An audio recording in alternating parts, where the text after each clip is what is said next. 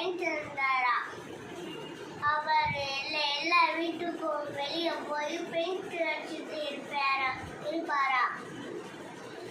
அவரால் கொஞ்சோண்டு தான் சம்பளம் வாங்க முடிஞ்சிருச்சா. அவருக்கு ஒரு பெரிய வீட்டுக்கு பெயிண்ட் அடிக்கணும்னு ஆசையில் இருந்தாரா. ஒரு நாள் ஜமீன்தார் கூப்பிட்டாரா பெயிண்டரை.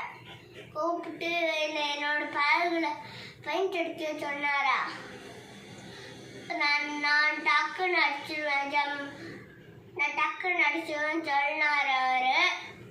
அப்படியே போய் பார்த்தாங்க. 2 பேருமே போய் பார்த்தோன்னே அப்படியே அவருக்கு வேணுன்ற கலர் ஃபுல்லாக வாங்கிட்டு வந்து அடிச்சு விட்டாரு பழகல. ஐயோ அதில் ஒரு ஓட்டு இருக்கு, அது மேலேயும் அப்படியே பெயிண்ட் அடிச்சு விட்டா பழகு உள்ளுக்கு தண்ணிக்குள்ள முழுங்கிருமே, செத்துருவாங்க எல்லாரும் அப்படின்னு நினச்சிட்டு அந்த ஓட்டையே சரி பண்ணிட்டான்.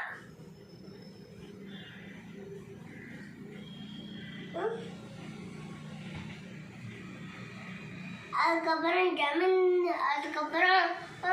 படகுல 3 ஆளுகள் போனாங்களா.